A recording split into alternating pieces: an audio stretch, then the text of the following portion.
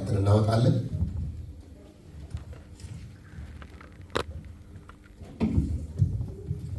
ሁለተኛ ቆሮንቶስ ምዕራፍ 4 አውጥተን እናነባለን። መጽሐፍ ቅዱስ የያዘ ወንድማችን ታደና ወንድማችን ምሕረቱ እግዚአብሔር ረድቷቸዋል። መቼም ይሁድ ቀን ቴስቲሞኒ ይኖራቸዋል፣ ድል ይኖራቸዋል። ጸልያችሁ ተዘጋጅታችሁ ነው። አንድ ላይ እያመሰገንን በእናንተ ደግሞ ቆማችሁ የምታመሰግኑበትን እድል እንደ ቤተ ክርስቲያን እንደረኛ እድል አመቻቻለሁ። ጌታ ይረዳናል። አያችሁ ጌታን ቆመን ስናመሰግን ሰይጣን እንደሚጠላ በቃ ሰይጣን የሚያቃጥለው ምን እንደሆነ ታውቃለህ? እግዚአብሔርን ለማመስገን ስንመጣ ሳናፍር ስንቆም። ስለዚህ በእናንተ ምክንያት እያመሰገንን ደግሞ እናንተም ቆማችሁ ለጌታ በሁለትም በሶስትም በአምስትም በአስርም ደቂቃ መካከል ምስጋና ቆማችሁ ሞታችሁ ሊያይ የነበረው ሰይጣን በጌታ ፊት ቆማችሁ ያያል። በጠላቴ ፊት ለፊት እንደምለው ሃሌሉያ። እስኪ ደግማችሁ እግዚአብሔርን አመስግኑ። ጌታ ሆይ ተባረክ በሉ እስኪ አንዴ። እግዚአብሔር ይመስገን። ከነሱ ጋርም ተወሰነ ደቂቃ ይኖራችኋል። ይሁድ ቀን ተዘጋጅታችሁ ትመጣላችሁ ጌታን ለማመስገን። ጥቅስም ካለ ጥቅስ ተዘጋጅታችሁ ብቻ በሆነ አንድ መዝሙር መርጣችሁ በእናንተ ውስጥ በሞላው ለጌታ ክብር እናመጣለን። ሃሌሉያ። ደረሳችሁ? አብረን እናነባለን። ምዕራፍ 4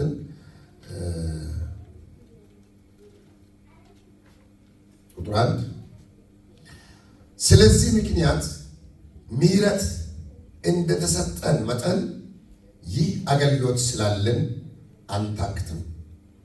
ስለዚህ ምክንያት ምሕረት እንደተሰጠን መጠን ይህ አገልግሎት ስላለን አንታክትም።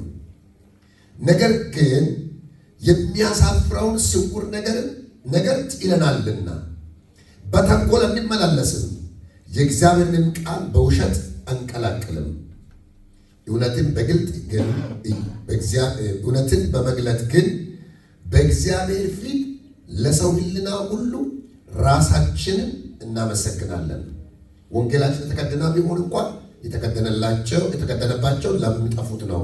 ለእነርሱ የእግዚአብሔር ምሳሌ የሆነ የክርስቶስ የክብሩ ወንጌል ብርሃን እንዳያበራላቸው የዚህ ዓለም አምላክ የማያምኑትን ሐሳብ አሳወረ።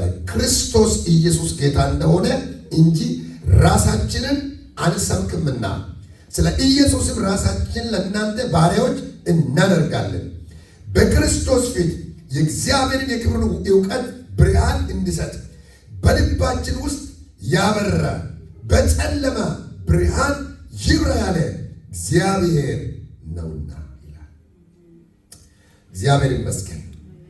የመደነቅ ሕይወት ብዬ ቃል ሰጣችኋለሁ። እስኪ እንበል። የመደነቅ ሕይወት በሉ። የመገረም ሕይወት በሉ። እስኪ ጳውሎስ እየተገረመ እየተደነቀ በዘመኑ ሁሉ የነበረውና በዘመኑ ሁሉ እየተገረመ ዘመኑን የጨረሰበት ሳይበርድ እንዳተኮሰ ጳውሎስ በሕይወቱ ላይ ትልቅ የመንፈስ ቅዱስ ሙቀት ያለው ሰው ነው።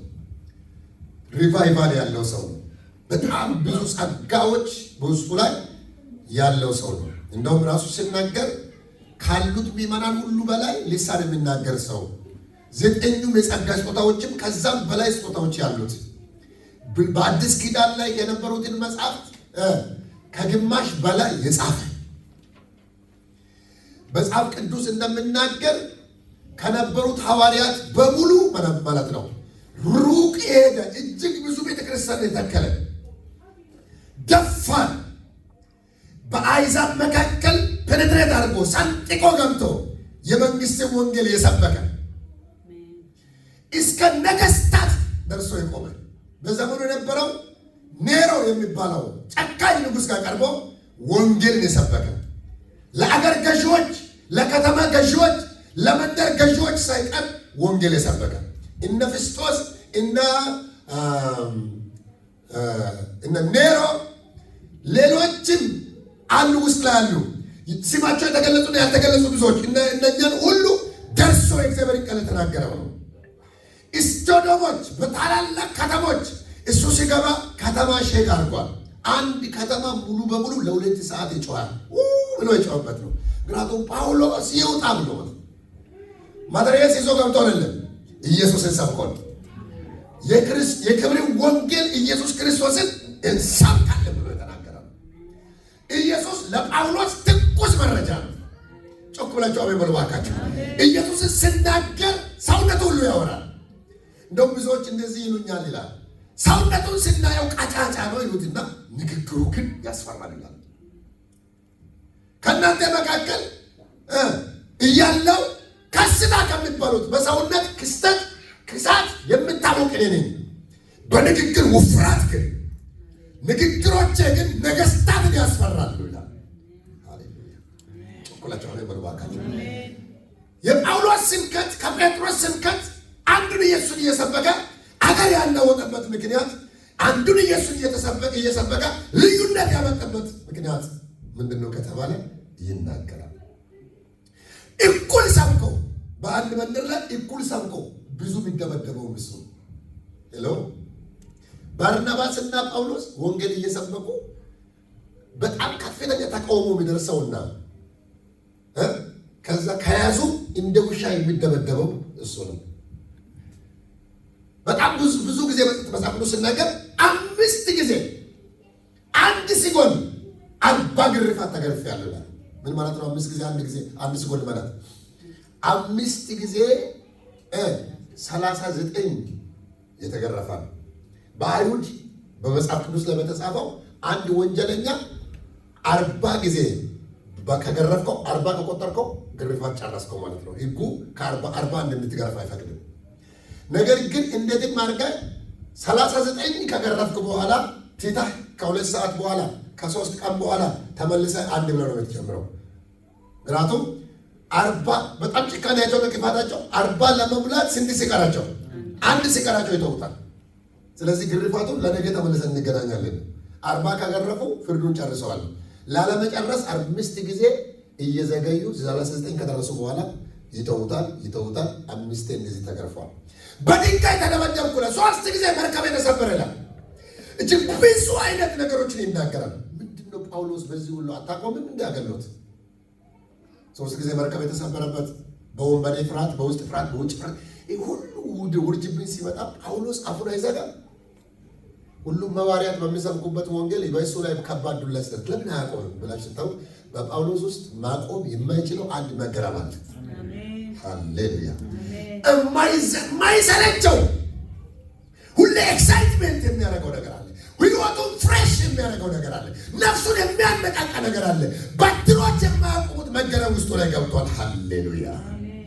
ይህ ብቻ አይደለም። ጳውሎስ የመገረም ህይወት ውስጡ ላይ ስላለ ክብር የተባለውን ጥግ ደረሳል።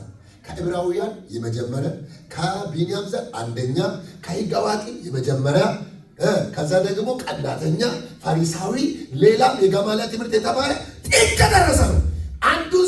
አንዱን ስም ከነበረውን ከተቆጠሩ ነገሮች አንዱን በአይሁዳን መካከል ብናገር ዕብራዊ ነን ከተባለ አንቱታ ነው፣ ትልቅ ወንበር ይሰጠዋል።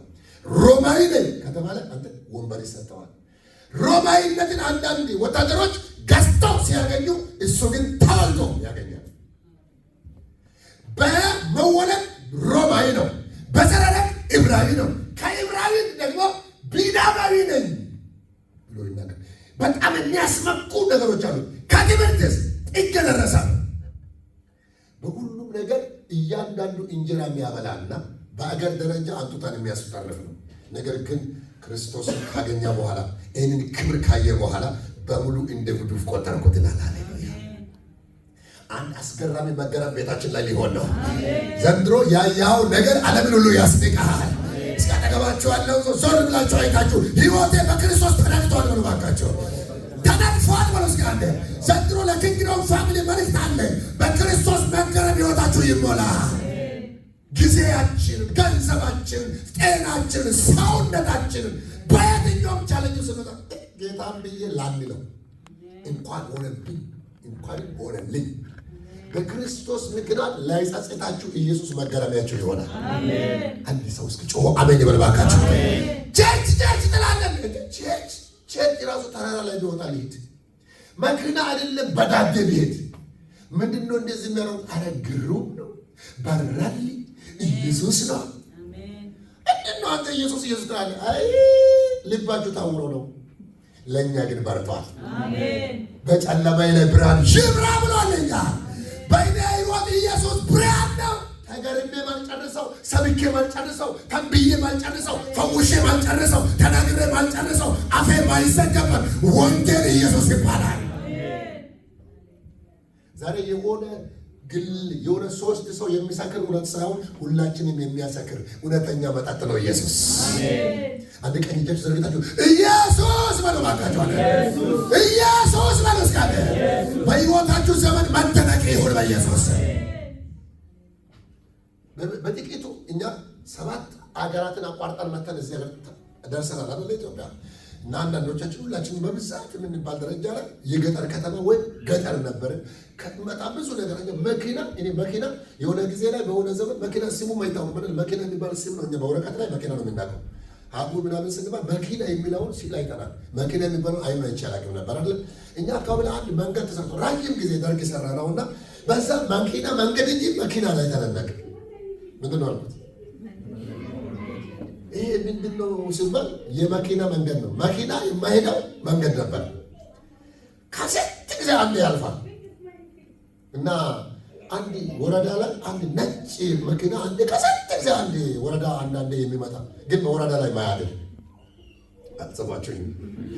ግን የወረዳ መኪና ነው ይባላል። አንገጫ ግን አያድርም እኮ ለስሙ የአንገጫ ነው ይባል እና መኪናው ይሄድና የት እንደሚኖር አይታወቅም። እና አንድ ጊዜ ከኛ 30 ደቂቃ የሚያክል ቦታ ላይ ጭቃ ያዘው። ደስ ሲል በየት ተሽለኩልከን እንደደረስን ነው። ለምን ጌታ ወይ ጭቃ እንዳይለቀው ያዘው? ለምን እኛ ደርሰን እሱን ለመንካት ጭቃ ያዘው መኪናውን። ጭቃ ሲይዝ የአገር ልጆች የአገር ሽማግሌዎች ወጥቶ ነው ያየ ነው። እስከ ዛሬ መኪና መንገድ እንጂ መኪና ላየንም። መኪና መገረሚያችን ነበረ፣ መደነቂያችን ነበረ። በጣም ፈን ነገር አለ። አንድ ጊዜ እንግዳ የሚባለው የሆሳና ሰው አለ። አንድ መኪና ሎንቺን አለው እና አርብኛ አካባቢ ላይ ይመጣሉ። ወደ አንገጫ መጥቶ ጭኖ በዚህ ሰራራ በኩል አርቦ ያልፋሉ እና መኪናው ደግሞ በጣም ፎርቶ መጋን ዕቃ መንጠልጠያ አለው፣ ወደ ላይ መንጠልጠያ። ከዛ በተረፈ ደግሞ ታች ላይ መርገጫ የለውም። ምን አገባን ጭቃ መርገጭ ዕቃውን እንትን አፌ ላይ ሲጨምር ገፍተን አወጣንና ሞኝን ፈልግ ብዬ ተንጠለጠልኩ በመኪና ላይ እስከ ደዌ ገና። አስቡ እንግዲህ እስከ ደዌ ገና ተንጠልጥዬ ስደርስ የተወሰነ ኃይል ሄጄ ደከመ። እኔ ምን ጨገራ ከፈለክ ሂድ ብዬ ዱበልኝ ምን ይሄዳል ይዞኝ ሄዳ እንጂ ጎማ በለው በቃ እንደዚህ አንከባለል። የእስራኤል ቅዱስ እግዚአብሔር ዳድኖኝ ጥርሴ ሳይረግፍ በዚህ ብቻ አንከባለኝ ሪቆ ሲሄድ መኪና ሲሄድ እኔ ከአፈር ውስጥ ወጣ። የምን መከረም ሆቴል ስላለ በትንሹ ነው ነገራችሁ። መኪና ከፈለክ ሪገጠኝ ብዬ ጎማ ውስጥ ገብቼ መገረሚያችን ስንት ነገር ነበረ። ለካ ስትደርሰው መገረሚያ አይደለም በአይሱዚ መኪና በላይ መቀመጥ እድል አይደለም። ገቢናማ የንጉሥ ቤት ነው የሚገባው አይደለም። መገረሚያችን ነበር እኮ ከተማ መገረም ማብራት ቤት መገረማችን ነበር። ብዙ ነገር ተገርመን ለካ ተራ ነገር አዲስ አበባ አይቼ ልሙት ያለው እኛ ብዙዎች ነበር። አዲስ አበባ ለካ ተራ ነገር ሳውዝ አፍሪካ ልግባኝ ተራ ነገር ነው። ለፈለክ ለምን አሜሪካ ትገባም ዛሬ ሁሉም ተራ ነገር። አንዱ ነው አሉ አሜሪካ ገባና መልሶ ለጓደኛው ይደውላል። አሜሪካ የምትባለው ነገር መጠን አየናት ዝም ብሎ ነው አለ። ድሮ ምን ሊሆን እንዲሆን ፈለገ እስከሚደርስ ነው ሁሉም ነገር አልበጠጣ ይሆነ ለዘላለም ተገርመህ የማትጨርሰው ለዘላለም ዘምረህ የማትጨርሰው የዚህ ዓለም ክብር የማይተካከለው አይኑ የእሳት ነበልባል የሆነ የሕይወት ተስፋ የሆነ አረ ለኢየሱስ አንድ ሰው ቆሞ ያመስግነው። መገረሚያዬ መደነቂያዬ የማያሰለቸኝ ኢየሱስ። አንድ ሰው ጮኸ ኢየሱስ ይባላካቸው። ኢየሱስ መገረሚያዬ ነው። የሚያንቀጠቅጠኝ ኢየሱስ ነው። የሚያስጨፍረኝ ኢየሱስ ነው። ሩጥ ለምለኝ ኢየሱስ ነው። ተዋረድ ለምለኝ ኢየሱስ ነው። የክብሬ ጥግ ኢየሱስ ሙራሻ ካፓሳ ቁጭ በሉልኝ እባካችሁ። ውይ ብዙ ነገር ሊያስደነግጣችሁ ይችላል። የቆየ እንግዳ አይታችሁ ቅንባ ከዓይናችሁ ሊመጣ ይችላል። ብዙ ነገር ላይ ወሬ ሊያጠፋባችሁ ይችላል። ስትቆዩ ወይ ባለፈው ሲያገኝ በጣም እንቀጥቅጥ አልቅሳ ያገኘውን ፋሚሊ እየረሳ ትመጣለህ። ፋይናል ኖርማል ይሆናል። በጣም በቆየነው ቁጥር ያገኘነው ሰው ያስደነግጣል። አይ ነው የዛ በኋላስ አይ ነው ጎደኛስ በጣም የሆነ ጨብጣችሁ ማታውቁ ባለፈው እግዚአብሔር ሰዎችን እዚህ ጋር ይተናል በእንትን የምናያቸው ናቸው። ሲቀርቡስ ኖርማል ነው። ከዚህ በኋላ እንደና ነጻቀዋለሁ እኔ ቤት ገብቶ ነበረ እኛ ጀት ኖርማል ነው። ሳምባዲ ይሆንልናል። ሱፐርናቹራል ሊሆን አይችልም። ገና ስትቀርቡት ሌላ ክብር፣ ሌላ ክብር፣ አሁንም ሌላ ክብር። የማይለመድ ፊት አለ፣ የማይለመድ ፊት አለ። አንድ ሰው ኢየሱስ ይባርካችሁ። የማያሰላች ፊት አለ። ሳቃችሁን ይጨምራል። ሲቃችሁ ሳቀሩ ሌላ ሳቅ የሚያመጣ ዘምረሰችሁ ሌላ መዝሙር የሚያስመጣ ስታገኙት ሁሌ አዲስ ይብራ። ይሄ ኢየሱስ ይብራ። አረ ይሄ ወንጌል ይብራ። መደነቅ የመገረምና የመደነቅ ሕይወት ከምን ይገኛል? ከሞን በጣም ነገሮቹ ለጥጦ አይደለም ጳውሎስ እያሳየን ያለው። ጳውሎስ ምንድን ነው ግን አንተ ዱላ ማይገባ ብትሉት ዱላ እንኳን ዱላ ራሴ ገራፊ ነበርኩ። እኔ ራሴ ዱላ ሰባሪ ሰው ላይ ሰብሰብ የሚገርፍ ነበረ። እነዚህ ሰዎች ካሉ ብዬ ለካ አልክድ ያሉት ገብቷቸዋል። እኔ በብለዋ በእሳት በምናምን ያላስቆምኩት ነገር እኔን ነክቶ አሳየኛል። አንዳንድ ይሄ እውነት ይግባልን አናከት ድሮ ይልጡ ይላሉ የማሆን ነገር እንኳን ደርሰን አይተናል። በተለይ ጉዳይ የሚመረቃል። ይሄ እውነት ይብራልን። ይሄ እውነት በኢየሱስ ስም ይብራልን። ጳውሎስ ይሄንን ነበር አሁን ያወራል። እዚህ ቦታ ላይ እግዚአብሔር ዛሬ ምሽት ምን ሊሰጠን ፈልጎ እንደሚያወራ ሰምታችኋል። የአንድ አማኝ ሕይወት መገረምና መደነቅ ሕይወቱ ላይ የሚበዛው ቅድም እቺ በእጃችን ያደገች ትንሽ ብላቴና አይገርማችሁም እያለች ስትል እኔ ራሴ ራሷ መገረሙ ይገርመኛል። ገብቶች አይደል? በክርስቶስ መገረምን በእሷ ሕይወት ማየትን የሚበልጥ ዶክተር መሆን አይደለም እኔ በእሷ ሕይወት ላይ የሚያስገርመኝ የዚህ ዓለም ንግሥት መሆን አይደለም የሚያስገርመኝ ኢየሱስ ሆኖ ኢየሱስ በእሷ ሕይወት ውስጥ ሲታይ ይሄ ነው ሕይወት። ገብቶች ኢየሱስን ያወቀ ሰው ዶክተርነት ይከተለዋል።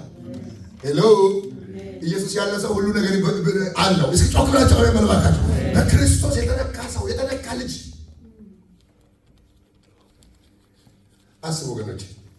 በክርስቶስ መገረም የሚችል ሰው ምን አይነት ሰው ነው ብለን ስንት አንደኛ ምሕረት የተደረገለትን ያወቀ ኤክሳይትመንት መገረም መደነቅ ከምሕረት ደጅ ነው የሚገባው። እግዚአብሔርን ያየ ማንም የለም፣ ማየትም አይቻልም። የምሕረት በር ግን ተከፈተ። አንድያ ልጁ ከቀኙ መጥቶ አጠገባችን ቆመ። ኢየሱስን ማን ነህ ብላችሁ ብትጠይቁት ምሕረት ነኝ። ዋይ ጂሰስ ብላችሁ ብትጠይቁት ኢየሱስ ማን ነው? የሚታረድ በግ ነኝ። ለማን? ለዓለም ሁሉ ለተቀበሉት። ምን ለማድረግ? ከአብ ጋር ላስታርቅ ነው። አንተ ማና? ምስኪን ሆኜ የመጣሁት የአንተን መርገም ሊወስድ አብ ጋር ላስታርቅ። እኔ ማን ነኝ ብለህ ለምትጠይቀው ኢየሱስ አንተ ማን ነህ ብሉት፣ ምሕረት ነኝ፣ አስታራቂ ነኝ፣ የሕይወት ምንጭ ነኝ። ጳውሎስን አንድ ቀን በደማስቆ መንገድ ላይ ምሕረት ተገናኘ። በታላቅ ብርሃን ከተገናኘው በኋላ ወደቀና ሳውል ሳውል ስለምን ታሳድደኛለህ ብለዋል። ጌታ ሆይ አንተ ማን ነህ ብሎ ነው የጠየቀው አይደል? መለስ ጥያቄ አንተ የምታሳድደኝ እኔ ኢየሱስ ነኝ አለው። የመውጊያውን ብረት ብትቃወም ይብስብሃል ስለው ምን አደርግ ዘንድ ትወዳለህ አንተ ምሕረት መግደል ትችለኝ ነበር፣ ግን ሳትገለኝ ነካኝ። ድፍት ማድረግ ይችላል ኢየሱስ። ግን ያዘውና ለምን ታሳድደኛለህ ያለው የምሕረት ቋንቋ ነው፣ መግባቢያ ቋንቋ ነው። እያንዳንዳችን እንደ ስራ መጠን ቢከፈልልን በሕይወት መኖር አንችልም። ክርስትና እኛ ጥጋ አይደርስም። ምሕረት ግን ደጃችን ላይ ቆሞ ከደጃችን ቆሞ በረንኳካለን፣ ተዋወቃለን። እኔ ኢየሱስ ነኝ በጅልማ አልገባ ስለኝ በግል እየመጣ እዚህ ውስጥ ያላችሁ ሰዎች አጠገባችኋን ያዙና የጌታ ድምፅ እየተሰማ ነው ወይ በሉ አካቸዋል። በራን እያንኳካ ልብን እያንኳካ አይምሮን እያንኳካ አይገርምም? አያስደንቅም? አያስገርምም? ምን ጠላት ጋር መጥቶ እኔ ነኝ ማለት አያስገርምም? ከኃጢአተኞች ዋናው ነፍሰ ገዳዩ ለምን ታሳድደኛለህ ማለት እንዲህ አይደለም መባል አለበት። አናት ላይ ነበር ማንሳት እንድገባ። ነገር ግን እሱ እንደዚህ አላደረገም። ምሕረት አስቀደመለት። መጽሐፍ ቅዱስ እንደነው ብለው ለምሕረት የቸኮለ ለቁጣ የዘገየ ነው ብለው። እዚህ ውስጥ ያላችሁ ሰዎች አሁን ያለንበት ሁላችንም 2018 ቀጥሎ ይሄው ኦክቶበር ገባል። ሃሌሉያ! አንድ ዓመት እግዚአብሔር በድል አሻግሮናል። ሌላ ምዕራፍ ላይ ገብተናል። እንዴት? በምሕረት በምሕረት ላይ መዘመር ካልቻልክ፣ ምሕረት ካላስገረመ፣ ምሕረት ካላስደነቀ፣ ምሕረት ቸርች ካላለ፣ የምሕረት በር እንደተከፈተልህ ካልገባ ሌላ ነገር እንዴት ሆኖ ይታያል? የመደነቅና የመገረም ሕይወት ጳውሎስ የሚነግረን ምሕረት ነው። ምሕረት የትም ቦታ ላይ ቦሪንግ የማሆነን ክርስትና ምሕረቱን ትዝ ያለ ምሕረቱ እያስደነቀኝ ለጌታዬ መዝሙር ላመጣ ያነቃቀኝ የአምላኬ መንፈስ ሊዳስሰኝ በእኔ ላይ መጣ። እዚያ አይደርስም ዋጋም የለውም በሰዎች የታመነ ሰው። አይገርምም ወይ በቸርነቱ ለሱ ክብር ጌታ ሲያነሰው። እናውቀው የለም ወይ ያደረገልኝን ከጨለማው አውጥቶ ቀን ያወጣልኝን ቀን ያወጣልኝን ምን ቁጠባ ነው ምንድነው ዝምታ? ምስጋና ይድረሰው ለሰራዊት ጌታ። ምሕረቱ እያስገረመኝ ለጌታዬ መዝሙር ላመጣ ያነቃቀኝ የአምላኬ መንፈስ ሊዳስሰኝ በእኔ ላይ መጣ። ምኑ እያስደነቀን? እስኪ በሉ ባካችሁ ምኑ? ክርስቶስን የክርስትናን ግሩም የሚያደርገው ነገር እየተደረገልን ምሕረት ነው። እግዚአብሔር በወንድም ላይ በጎረቤት ላይ በእህቶች ላይ በይዘት መካከል ላይ የሚሰራው ነገር እያስገረመን ነው። በሰዎች ላይ የሚያመጣው ፈውስ፣ የሚሰጠን ጤና፣ ከሞት ማዳኑ፣ ከሰይፍ ማዳኑ ብዙ ነገር ሊያስገርማችሁ ይችላል። ወገኖች ከሲኦል የዳንበት ሄሎ፣ ከሲኦል የዳነ ሰው አለ እዚህ ውስጥ። ከሲኦል የዳነ ከሰይጣን መንጋጋ የዳነ ያመለጠ እግዚአብሔር በምሕረቱ ያስመለጠ አጨብጭቡ ለጌታ ክብር። ሃሌሉያ! የሞት ልጆች ነበር። መዝሙር አይገባንም። ከዘራችን የቁጣ ልጆች ነበር። የዲያብሎስ ልጆች ነበር። እንዴት እግዚአብሔር ልጆች ሆኑ? የምሕረት በር ተከፈተ።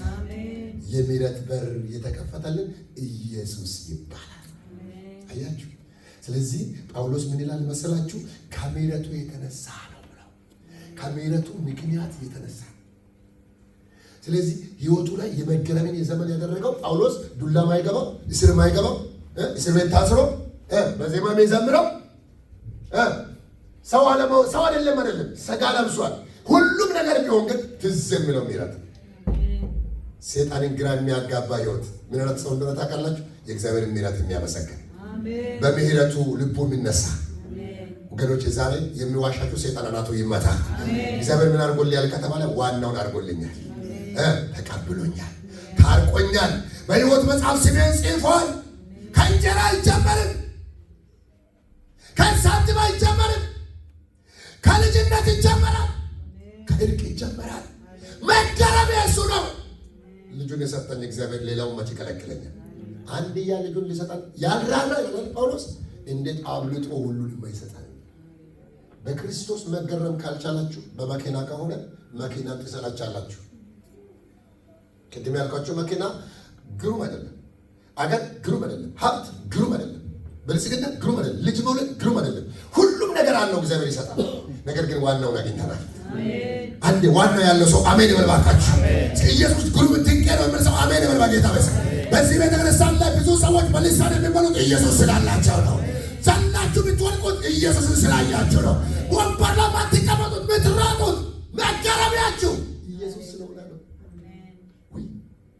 ያላችሁ አይ ድምፅ ብትሆኑ በቃ ምን ላድርግ ብላችሁ ምሕረት ነው ይኸውላችሁ። መጽሐፍ ቅዱስ ላይ ሜልኮል እንዲህ በመስኮት አየችና ማንን? ዳዊትን አለችው አይደለ?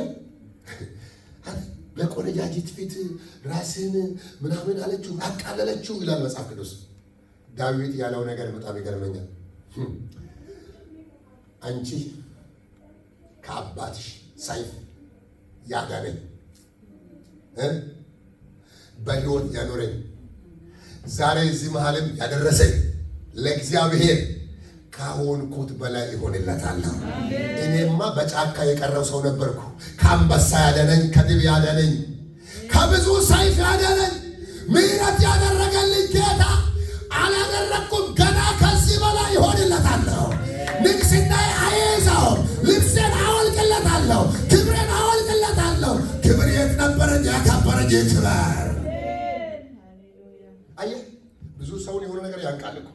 ዝና ያንቃል፣ ስም ያንቃል፣ ልብስ ያንቃል፣ ስልጣን ያንቃል፣ ትምህርት ያንቃል። ውስጡ ላይ ምሕረት ያለው ሰው አውልቆ ይወጣል። ዘንድሮ ለጌታ መሮጥ ይሆን። ቸኩላችሁ አሜን በሉ እባካችሁ። ሁለት እጃችሁ ዘርግታችሁ ለጌታ በሉ እባካችሁ። እንዴት ያርጉ እጃችሁ? ሁለት እጃችሁ አይዟችሁ። ለጌታ በሉ እስኪ አሜን። እገዛለሁ በሉ፣ እገረማለሁ በሉ፣ ምሕረት ተደርጎልኛል በሉ። በጌታ በኢየሱስ ይሄ እሳት ይንደድ በልባችን ላይ። በሕይወታችሁ ዘመን ምሕረት የተደረገልንን ምላሽ ለመስጠት ምንም ክፈሉ አትችሉትም። ግን የምትችሉትን ብትተረሙት ለእግዚአብሔር በፍቅር በምሕረቱ በክላት ጊዜ ብንሰጥ አትረኩም። ለጌታ እኮ ይገባዋል። ጊዜም ብትሰጥ ጉልበትን ብትሰጥ አልቀበልም አይልም እኮ ይቀበላል። ለጌታ በእውነተኛ መስጠት ገንዘብ ስንሰጥ በቃ በቃ ጌታ አትጠግቡም። ደግመህ ጌታው አይስ ብጨምርልህ ደግመህ ከዛ ዘመኔን በሙሉ ሕይወቴን በሙሉ ጳውሎስ ለዚህ ነው ሳከረና አንድ ቀን እንዲያለ ገና እንዳላስኩ ሆናለሁ። ብዙ ነገር አገልግያለሁ፣ በቸርቾችም ተክያለሁ። ጳውሎስ ብዙ ነገሥታት ቆሜያለሁ፣ ምንም እንዳላስኩ ራሴን እቆጥራለሁ። ጳውሎስ እኮ መጽሐፍ 14 መጽሐፍ ጽፏል። ገና ምንም እንዳላገለገለ እንደገና አዲስ አገልግሎት ጀማሪ ነው የሚያገለግለው። ሃሌሉያ ሃሌሉያ ሃሌሉያ። ጳውሎስ ካገሉት ያለ በአንድ ድንቅ ነገር ይናገራል። ወደ 3ኛ ሰማይ ገብቻለሁ አለ። መገለጥ አይቻለሁ። ሰው ማይሰማው ሰምቻለሁ፣ አይቻለሁ። ሁሉን ነገር ሰምቻለሁ። አስገራሚ ነው። ያ ሁሉ እንዳስታብየኝ ደግሞ አጠገቤ ለሚረዳኝ የሚወጋኝ የሚያስታግሰኝ ሰጥቶኛል። ግን ይላል አሁንም ያየውን ወደ ማየት እንጂ ምን አዲስ ነገር አለ ሰማይ ብሎ አያውቅም። ይህ ድንኳኔ ይወድቃል፣ አዲሱን አካል ይለብሳለሁ። ገና አምላኬን በዓይኔ አየዋለሁ። የምናፍቀው ላይ ነው። አይገርም? አይቷል። ያ ነገር ይናፍቀዋል። ብሄድ ይሻለኛል ብሎ ይላል። አንተ ቢኖር ለእናንተ ነው፣ ብሄድ ግን ጥቅም ላይ ነው ይላል። እንደውም አንድ ቦታ ምን አለ? እኔ አንድ ነገር ጸሎት ላይ አለሁኝ አለ ላይ ፊልጵስዩስ ቸርች። ምን ትጸልያለህ ጳውሎስ ሲሉት እኔ የምጸልየው ጸሎት እንደ ክርስቶስ ሞቴን በሞቱ ሊመስለው በሞቱ እሱን ሊመምሰል እንደ እሱ ለመሞት ጸሎት ላይ ነኝ ይመኛለሁ የሚለው ጳውሎስ። ምንድን ነው እንደዚህ የሆነው? መሮት ነው የሚበላጦ ነው? እንደሱ አይደለም። የሚያየው ክብር ናፈቀው፣ መገረም ናፈቀው፣ የአብን ቀኝ ናፈቀው። ኢየሱስን ሲያይ መሬት ናቀ፣ ዓለም ናቀ። ሰው የሚሞትለት ነገር ለጳውሎስ ጉድፍ ሆነ። ያዙ አጠገባችሁ ቅርብ ካለ ሰው ይዛችሁ እግዚአብሔር ወደ ላይ ይሳብህ ይበሉና ነገር ባካችሁ የተደረገልኝ ማየት ይሆንልኝ ይበሉ። ዛሬ ልባርካችሁ። አንድ አሜን ብላችሁ ተቀበሉ። የምሕረት ብርሃን ይብራላችሁ። እንዲህ ነው የሚኖረው። ከዚህ በኋላ ብቸኛ አይደለም፣ አንዱ አገር ሆኖ ይንቀሳቀሳል። አብርሃም እኮ ይሄ ነገር ከመራ በኋላ አገር እኮ ብቻውን አገር። አብርሃምንና ሳራን እግዚአብሔር ብቻቸውን ሕዝብ ነው አደረገው። ገና ያልወለዱ 75 ምናምን 90 100 ዓመታቸው ላይ እግዚአብሔር ላቸው አገሩ በሙሉ እንደ ሰማይ ኮከብ ምድር ያሸዋ ይላቸዋል። ከየት መጥቶ የሌለ ነገር ነው። እንደሱ አይደለም። ያዩት ጌታ አለ። የሚናገር እግዚአብሔር ከማድረግ ወደ ኋላ አይመለስም። ዛሬ ለሆነ ሰው መልእክት አለኝ። ዘመን የመገረምና የመደነቅ ይሆናል። አዝነሽ አገኛለሁ ያለው፣ እያስለቀስኩት አገኛለሁ ያለው ሰይጣን ኢየሱስ ቤቴን ቀድሞ ስለገባ አናቱ ተመታ። የኔ ቤት የመገረም ቤት ነው በሉ እስኪ ባካችሁ። ዘመኔ የለቅሶ ሳይሆን በሉ እስኪ የመገረም ነው። እስኪ የመዘመር ነው በሉ እስኪ። በጌታ በኢየሱስ መዝሙር ቤታችሁ ገብቷል።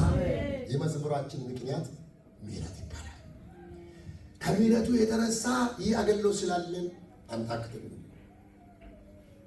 እግዚአብሔር ምሕረትን ስለሰጠው ጳውሎስ ምን ይላል? እገረማለሁ፣ እደነቃለሁ። ሰይጣን አዎ ኢየሱስ ጋር መጥቷል፣ እኛ ጋር ይመጣል። ምን አለ ዳቦን እስኪያርግ እስኪ እንትን ከሆነ መፈተኑን ይቀጥላል። በሕይወታችሁ ላይ ደካማ ጎኑን ማንም ከሚነግር በላይ አጅሬ አለ። ግን ልንገራችሁ መስቀሉን ይሁ ምሕረት የሚባል ተቀብሎኛል። እግዚአብሔር ወዶኛል። ልጁ ነኝ። በምሕረት በኩል መዘመር መድነቅ ጀምሩ።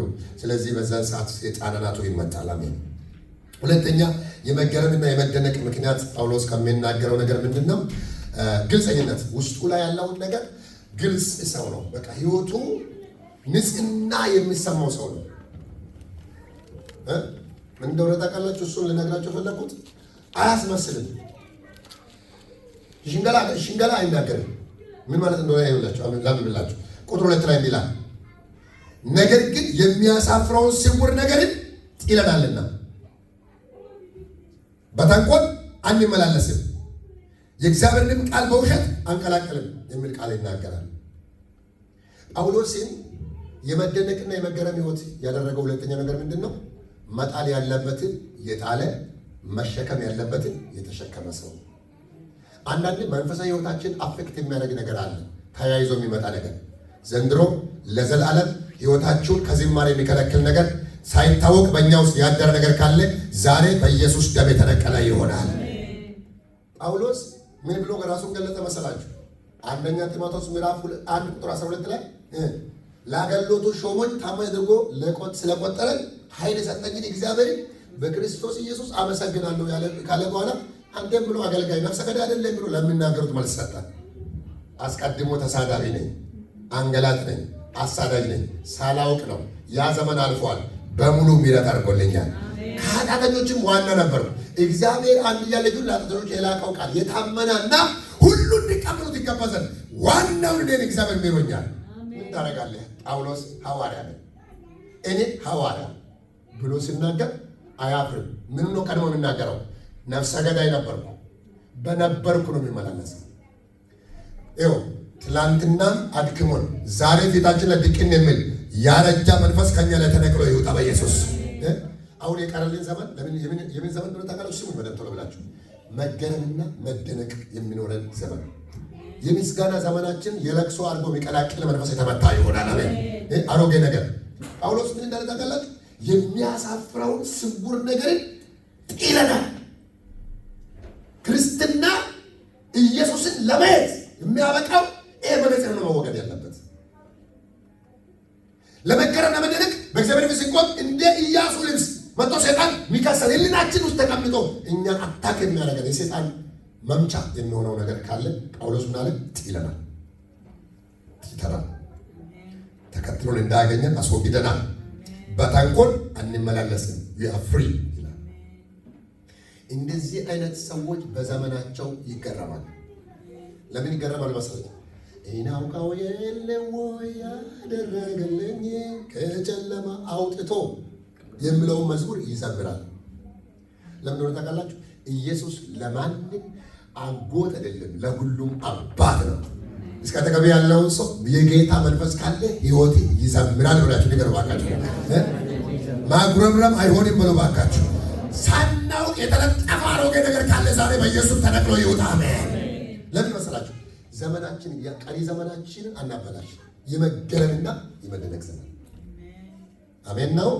አሜን። የእግዚአብሔር ጸጋ የሚገባበት በጨለማ ላይ ብርሃን ይብራ ብለዋል። የጌታ የእውቀቱ ብርሃን እንዲያበራላቸው እግዚአብሔር ምን አለ? በጨለማ ላይ ብርሃን ይብራ። የተከደነባቸው ሰዎች ላይ ነው ስውር ነገር መኖር ያለበት፣ ለበረላቸው ሰዎች መኖር ያለበት። ጳውሎስ ምን ታውቃላችሁ? የትኛውም ከአይዛብ ጋር ቢሄድ አይሁድ ጋር ቢሄድ በማንም ፊት ሲቆም ሰውየው ነፃ ነው። የፈለጉት ቢከሱት ሳላውቅ ነዋ። ትላንትና ድሮ ቤተክርስቲያን አፍርሻለሁ እኔ ድሮም ጀምሬ አይልም። እኔ አመንዝራለሁ፣ እኔ ሌባ ነበር፣ እኔ ውሸታም ነበር። ማጭ ድሮ እንዴት ነው በክርስቶስ ደም ነፃ ወጥቻለሁ። ይኸው የሌለ ነገር አይቀባባም። አሮጌውን አብርሶ በአዲስ ሕይወት የቆመ ሰው ነው። ዘንድሮ ጨብጦ የሚይዝ ስውር እጅ ካለ እግዚአብሔር ይንቀልልና በማለት እስከ ቀኝ ደጅ ወደ ላይ አንሱ። ባካችሁ እግዚአብሔር ቃል እንዲህ ይላል፣ ስህተትን ማን ያስተውላል? ከተሰወረ ኃጢአት አንጻኝ ይላል። እሳት በእኛ ላይ እንዳይመጣ ሕይወታችን አንቆ ያዘ የጠላት መሳሪያ ካለ ዛሬ በዚህ ቃል ጉልበት የተነቀለ ይሆን። ጮክ ብላችሁ አሜን በሉ። የተነቀለ ይሆን። የጠላት ዕቃ የተሰባበረ ይሆን። ነፃነት የሚይዝ በነፃነት እንድንኖር ክርስቶስ ነፃ አውጥቶናል ወገኖች። አንዳንድ ጊዜ እየጾምንም እየጸለይንም ጌታም እየተናገረ አንቆን የሚይዝ ነገር አለ። ቼክ ዩርሰልፍ። ጳውሎስ ምን አለ መሰላችሁ? የሚያሳፍረውን ስውር ነገርን አለው ነበረው ማለት ነው። ትልቅ ሃይማኖት ሰው፣ ትልቅ ሲመጥር ሰው ሌላ ዕቃም ተሸክሞ ይሄን ነበር። አንዳንዴ ላያችንና ውስጣችን ቢቼክ ለመሰላችሁ ይሄ ዓመት የመገረምና የመደነቅ ዓመታችን ነው። ክብሩን እያየን ይህንን ለማየት የሚከለክል ነገር ካለ ቀድመን እርምጃ መውሰድ ያለብን ራሳችን ነን። ለምን ነው ታውቃላችሁ? አሁን የሰማነውን ቃል ስሙ። የመገረምና የመደነቅ ዓመት ይሆንልናል። ኤክሳይትሜንት፣ መደነቅ፣ መገረም ተናግራችሁ ሳጨርሱ እንባ ባይናችሁ የሚያስመጣ አንዳንድ ጊዜ ሰዎች ጌታ ኢየሱስ እንዴት እንዳዳናቸው የሚያዩ ሰዎች የሚወጡበትን ሲያስቡ ተናግረው አይጨርሱ፣ መሀል ላይ ያቋርጡታል፣ ያለቅሳሉ፣ ስቅስቅ ብሎ ያለቅሳሉ። እኔ ብዙ ጊዜ አወራቸዋለሁና ለምሳሌ አንዳንዴ እኛ ሀገር ላይ በጣም መጥፎ እግዚአብሔር ይገስጸው አባባል ሆኖ ቁጭ ያለ ነገር አለ። እኛም አንዳንዴ ለምደነዋል። ምን እንላለን መሰላችሁ? የሆነ ሰው በመኪና አደጋ ወይም ደግሞ እንደ ሌባ የሆነ ብቻ አክሲደንት አጋጠመው፣ ችግር አጋጠመው። ከዛ ከዳና በኋላ ለመጠየቅ የምንሄድ ሰዎች የምናወራው ንግግር አለ። ከዛ ወይም ደግሞ በየቦታ ላይ የምናወራው አይ ቀኑ ስላልሆነ ነው እንላለን። ቀጥሎስ እድለኛ ስለሆነ ነው እንላለን። ምን እያልን እንደሆነ ታውቃላችሁ? ቀጥታ ቃል በቃል እግዚአብሔር አልረዳውም እያልን በእኛ በባህል የተለመደ ነው። በንግግር ደረጃ ለምንድን ነው ታውቃላችሁ? መጽሐፍ ቅዱስ እንዳለ ያልጠፋ ነው ከእግዚአብሔር ምሕረት የተነሳ ነው እንጂ በእድል ነው። ቀኑ ስለሆነ ነው። ቀኖቹማ ክፎች ናቸው። ሌባ ሊያርድ፣ ሊሰርቅ፣ ሊያርድ፣ ሊያጠፋ ይመጣል።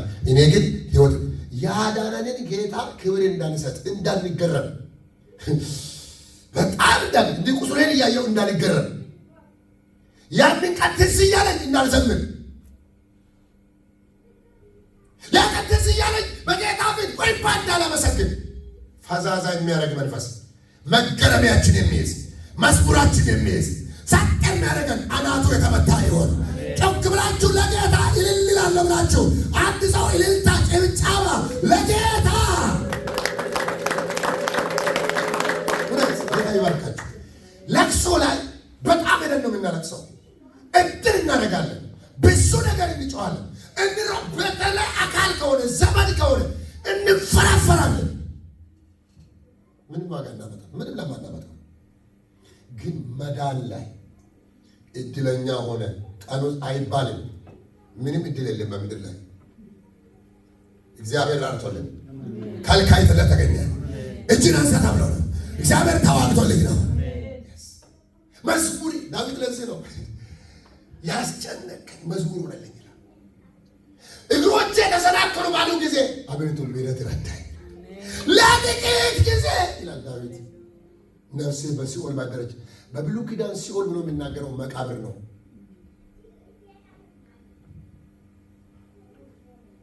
ሰሞኑን እዚህ ለጥሬ ቦዲሽ እንዳራል እዚህ ማለት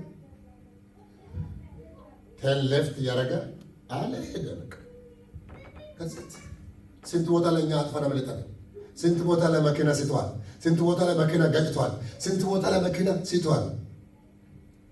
እዚህ ውስጥ ያልተሳታ ያልተጋጨ ጥቂት ሰው ነው የሚኖረው። እድለኛ ሆነ አይደል?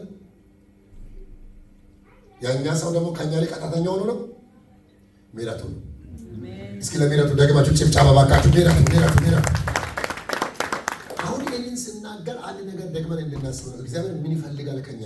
የሚገረምና የሚደነቅ ሚመን መሆን ይፈልጋል። ቀጣይ ሌቭል ትፈልጋለች በሕይወታችሁ። ከክብር ወደ ክብር መሄድ ካስፈለገ የእግዚአብሔር ቃል የሚገረም ኤክሳይትሜንት ያለ ህይወት ካልሆነ የምስጋና ሰው መሆን አንችልም ወገኖች። የጉትገታ ሰዎች ነው የምንሆነው። ይህንን በህይወታችን ውስጥ እግዚአብሔር ተአምራት እዚህ ቸርች እንዲያደርግ ድንቅና ተአምራት በዚህ መድረክ ላይ እንዲያደርግ ክብሩን እያየን ነው። ጸሎት ስንጸልይ በጌታ ፊት መጥተን መከሩ እግዚአብሔር እባክህ ምናምን ስትሉ ጆብ ብሎ ጌታ ሲመጣ ይሄ ነገር እዚህ ማያሰኝ እንዲህ ኖርማል አንሆንም። ኮንፈረንሶቻችን ኖርማል እንጂ በሚደለና ያለ ነው። ግን አሁን ብዙ ነገር መውረድ አይጠበቅብንም እኮ እንዴት እንደረዳን ዝም ካል እግዚአብሔር ይጠይቀኛል። አቤት ዙሪያው፣ አቤት ከበባው፣ አቤት የጠላት፣ አቤት እርሱን የነከሰ፣ አቤት የነበረው፣ አቤት ሊሆን የነበረው እንዴት አልቻለም? ተከልክለው። ማን? ሰማይና ምድር የሰራ እግዚአብሔር። አሁንም ክብር ይሁንለት የረዳን እግዚአብሔር። እኛም እኮ ጎበዞች አይባልም አለ እሱ። ጎበዝ ያረገን ይባላል። ጮኩላችሁ አሜን ብለው እስኪ ጎበዝ ያረገህ ይባረክ ብለው ተገባችኋለሁ። ሰዎች እንዳትመካ ተባባሉ። አይዞች ለምን መሰላችሁ? እግዚአብሔር ቃል ላይ እግዚአብሔር ስለ እግዚአብሔር ባሪ እግዚአብሔር ክብሩን ለሌላ አይሰጥም። ምስጋናውንም ለተቀረጹ ለሰው በሕይወታችሁ መጀመሪያ ወንድማችን ተጠቀመው ከሆነ እህታችን ተጠቀመው ከሆነ እሱ ተጠቀመው ከሆነ ክብር ለእግዚአብሔር።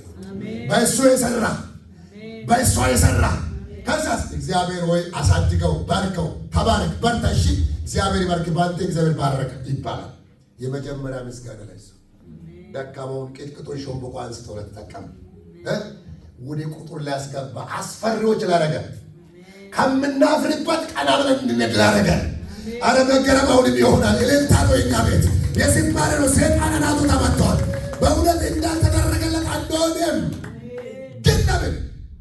ግን ለምን አንዳንዴ እንዳይገባን በላችን ላይ የተቀመጠ ድንጋይ ካለ የተንከባለለ ይሆናል። አሜን እንከባለን እና ብዙዎቻችን ምናልባት የሆነ ነገር ላናደርግ እንችላለን። ለምስጋና ድንጋይ ሆኖብን የተቀመጠ ካለ መነቀል አለበት። ጳውሎስ አስወግዶ ፍሪ ነው። የማይገባውን የማይሆነው ነገር አራግፎ ከተሸከመ አይቀር የተሸከመው መስቀል ብቻ ነው። ለምን እንደሆነ ታውቃላችሁ? ስውር ነገርን የሚያሳፍረው የተቀላቀለ ነገርን ይለናል። አስወግጄዋለሁ። አም ዲፍረንት። ስለዚህ ምን እላለሁ? እግዚአብሔር አቀለልክልኝ፣ ሸክሜን ወሰድከው። ስንት ነገር ያሰረኝን ሰው ፈታኝ።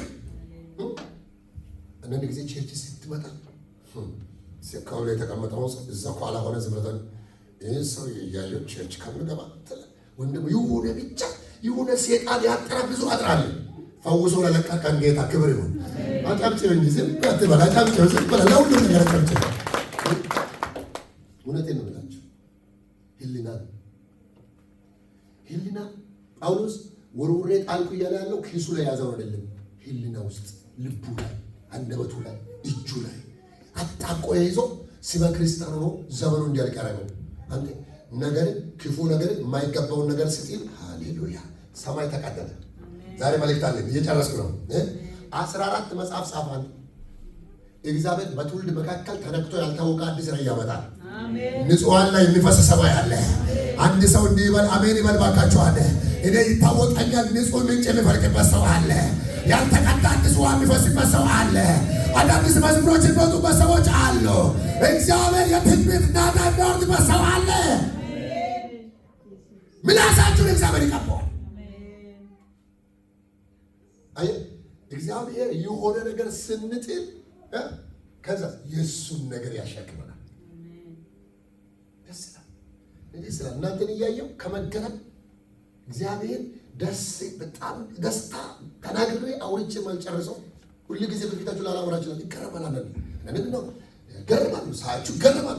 ልጆች ላይ ይገረማሉ። እናንተን እያዩ ይገረማሉ። ስትሮጡ ይገረማሉ። አስራት ጋር ስትሮጡ ይገረማሉ። ስትሽቀዳደሙ ይገረማሉ። በቃ እግዚአብሔር ስራ ላይ ሰራዊት ሆናችሁ ስትቀሩ ይገረማሉ። ድሮስ በስንት ወር የት ጋር እንዳላችሁ ማለት በቃ አላችሁ፣ ግን መኖራችሁ አይታወቅም። አሁን ግን ሰራዊት ስትሆኑ እግዚአብሔር በእናንተ ስለሰራ እኔ ይመሰክራል። እስኪ አሜን በሉ ባካችሁ። እስኪ ዘምራለሁ በሉ ባካችሁ።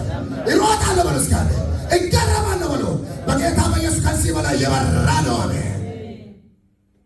ግን እግዚአብሔር ምን ነበር መገረምና እየተንቀጠቀጠ ሰውነታችሁ ቦዲያችሁ ላይ እስኪሸክ እስኪታረሙ መብራት ይዞ ጸጥ ማለት አይቻልም አይደለ? ቦዲያችን ቫይብሬት እስኪያደርግ ድረስ የጌታን መገረም ህይወታችሁ ላይ ሲመጣ ነፃ ስትሆኑ ሁሉናችሁ ነፃ ሲሆን በደል ምናምን ከተለያየ ነገር ካልተነካካችሁ በቃ መንፈሳችሁ ሁሌ ፍሬሽ ነው የሚሆነው። ለመገረም ለመደነቅ አዳዲስ መገለጥ ውስጥ ለማግባት አዳዲስ ድምፅ ለማምጣት ልሳን ለመናገር አንደበታችሁ የተፈወሰ ነው የሚሆነው። ምክንያቱም ጸጋ ስጦታ ጥጋቶ ነው። ወደ ጸጋ ስጦታ ባህር ውስጥ ይገባላችሁ ማለት የሚገረሙ የሚደነቁ ሰዎች ለቅባት ቅርብ ናቸው። እስኪ አሜን በሉ። እስኪ አሜን በሉ። ድሮ እኛ ሀገር ላይ አንዲት ልጅ አለች። መንፈስ ቅዱስ በጣም ቸርች ስትገባ ከዛ ጀምራ የምትንከባለል ስለ ልብሷ ምንም አይገዳትም፣ ትጮኻለች። ችልች በቃ እኛን እኮ አስቸገረች ይላሉ። አንተ ተንከባለ መቼ አመድ ላይ ቀረች ወረደባት። የሚገረሙና የሚደነቁ ሰዎች እግዚአብሔር ክብር ይወድቅባቸዋል። እስኪ አሜን በሉ እባካችሁ። ለክብራቸው ለምናምናቸው መንፈስ በላው ወደቀ። የነቢያት መንፈስ በላው ወደቀ። በጣም ትንሽ ልጅ ነች። ለካ አግኝቷታል። ለእኛም ማለት አልገባም፣ ለአንዳንዶች አልገባም። የገባንም ሰዎች አለ። ሰው እንኳን ዘፈን ቤት ገብቶ ዓለማውያን የሆነ ቦታ ገብቶ እንኳን የሆነ ነገር ይሆናሉ። በእግዚአብሔር መንፈስ ፊት በእግዚአብሔር ዓለም ገብታችሁ ነፃ ፍሪ መሆን አለባችሁ። ማን ነው ተቀበለ ያለው? ሆነ አይደለምና ወንድማችን አሌክስ አጠገብ ድንገት ምናምን ስትል ከፈለገ ይደንግጥ አይደል? ገብቶች አይደል? ብራ ማለት ቆም ይዋል መሰለ ያለ ማለት አለበት ማለት ነው። የሆነ አልጋ ላይ የሚመጣ መንፈስ ማለት ነው። ገብቶች ሊላችሁ ፈለጉት የሆነ ነገር አሜን አሜን አሜን ሊሆን ነው። አሜን ነፃ በሆነ ቤተሰብ ላይ ክብር ሊመጣ ነው። ዳመና ሊመጣ ነው። ከዚህ በኋላ ድምፅ ጠፋ የሚባል ሰው ድምፅ ቀንሽ፣ ትንሽ ድምፅ እየቀነሰ ጎረቤት ትንሽ መባባል ምንችልበት ደረጃ አመሰግናለሁ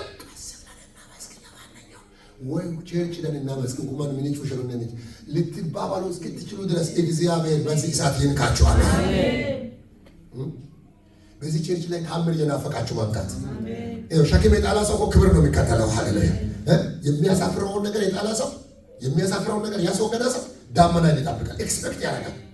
የሚጠብቁ ጌታ ድንገት ወደ መቅደሱ ጌታ በቃ ዛሬ የሆነ ታምር ይሆናል፣ ዛሬ ፕሮግራም ቻፔል የሆነ ክብር ይመጣል። በዚህ ሰዓት በቃ ቀሚሱን ነቅቼ ከሆነ እያሉ ነው የመጡት እኮ የጣሉ ሰዎች እኮ የሆነ ነገር ያገኛል። ይህንን ኤክስፔክት አድርጉ። ጳውሎስ የሚገረምበት ትልቁ ነገር ሸክሞችን ያራገፈ ሰው ነው። መጨረሻ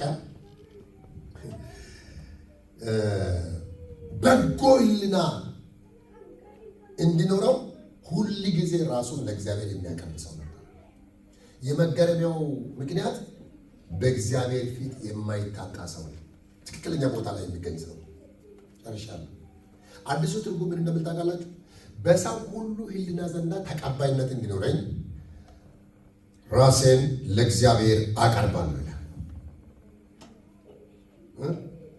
አያችሁ፣ ሰዎች በጣም መንፈሳዊያን እየሆኑ ሲሄዱ በሕይወታቸው ላይ ተገራሚ ተደናቂዎች እየሆኑ ሲሄዱ ወደ ብርሃን ነው የሚቀርቡት። ወደ ብርሃን ይመጣል። በመጡ ቁጥር የበለጠ ይታያቸዋል። ልክ ኢሳያስ ወደ እግዚአብሔር በቀረበ ጊዜ ራሱን አየ አይደል? ድካሙን አየ። ከዛ ወዮ ሲል እግዚአብሔር ሌላ ጋር ላካው ሪፌር ራሱ ነው የቀደሰው። በእግዚአብሔር ፊት የሚቀርቡ ሰዎች በሕይወታቸው መገረም ይሆናል። ዘንድሮ በእግዚአብሔር ቤት መገረም ይሆንላችኋል። ከዚህ በኋላ ምን እንደሆነ ታውቃላችሁ? ይህንን ብዬ ልጨርስ። ትክክለኛ ምርጫ መርጣችኋልና ጳውሎስ በእግዚአብሔር ፊት መሆንን ከመረጣ ጊዜ ጀምሮ የጳውሎስ ሕይወት በሕይወቱ የመገረምና የመደነቅ ነገር ሆነዋል። በእግዚአብሔር ቤት ደጋግማችሁ የምትገኙ ከሆነ በአገልግሎት ዘርፋችሁ ደጋግማችሁ የምትገኙ ከሆነ በቤተ ክርስቲያን ውስጥ ባሉ ጉዳዮች ላይ ዋና ቦታ ለመሆን በፊት የምትቀድሙ ከሆነ የምትሽቀዳደሙ ከሆነ ትልቅ ምርጫ መርጣችኋል። የእግዚአብሔር ብርሃን በሕይወታችሁ ይበራል። ለምን? የምትውሉበትን ቦታ መርጣችኋል። አንዳንድ ቦታ ላይ አንተ እዛ ጋር አትውል አትባልም። የዋልካው ክብር ራሱ ይለያል። ከዚህ ክብር ውስጥ ይዘህ ስትሄድ እንደ ትላንትና ስለማታወራ ወዳጆች ወይ ወደ አንተ ይቀርባሉ ወይ ይሸሸዋል። ለምን? ይዘህ እየሄድክ ያለው ዳመና አለ። ይዘሽ እየሄድሽ ያለው ዳመና አለ። ልዩነት ይሆናል። አንድ ሰው እስካጠገባቸው ያለው ሰው እንደዚህ ያያችሁ እግዚአብሔር ዘንድሮ ልዩነት ያደርጋል ብሎ ባካቸዋል። በመገረም ትወጣለህ በሉ እስኪ። የለቅሶ ዘመን ሳይሆን በሉ እስኪ የመገረም ዘመን ነው። መደነቅ ይሆናል። መዝሙር ይሆናል። ከክብር ወደ ክብር መቀጠል ይሆናል። ፈውስ በዚህ ቤት ላይ ይሆናል። እናንተ በምትገኙበት ቦታ ላይ እግዚአብሔር ይገኛል። ይበል ደግሜ ዲፍረት አይደለም። ለምን ታውቃላችሁ? ሁለትም ሶስትም በስሜ በሚገኝበት እኔ ይገኛል። እግዚአብሔር ሁለት ሰው ያለበት መገኘት የፈለገው ሆሊ ጋር የተቀደሱ ናቸው። ትክክለኛ ምርጫ አስበው የሚመጡ ናቸው። እነኛን ሰዎች ቁጥራቸውን ለሚያየው ጌታ ሕይወታቸውን ነው የሚያየው። በእግዚአብሔር ቤት ውስጥ በዚህ አይነት